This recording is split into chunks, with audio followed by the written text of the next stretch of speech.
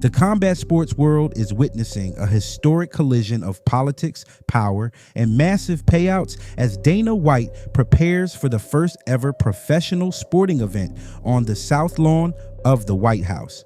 But as the UFC Freedom 250 event approaches this June, the celebration is being overshadowed by a high-stakes financial revolt led by the sport's greatest legend, Jon Bones Jones. The friction began with the launch of Zuffa Boxing, Dana White's ambitious new venture. In a move that stunned the industry, White signed British boxer Conor Benn to a massive one-fight deal worth $15 million. For the UFC's established roster, the Benn contract wasn't just a headline, it was a slap in the face. The timing of this splurge couldn't be more sensitive.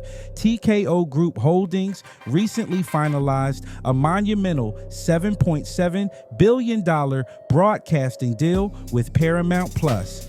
This 7-year agreement, worth roughly $1.1 billion annually, has effectively killed the pay-per-view model, making the UFC a permanent fixture on Paramount Plus alongside a separate $500 million deal for Zuffa Boxing and a multi-million-dollar commitment to Professional Bull Riders, PBR.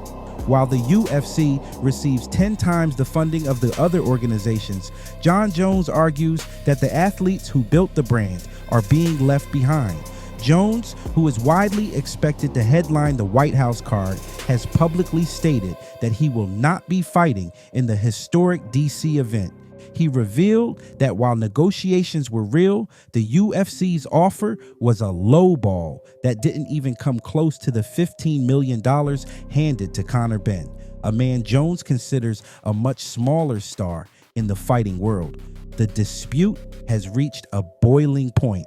Jones recently requested his release from the promotion, tired of what he calls spins and games.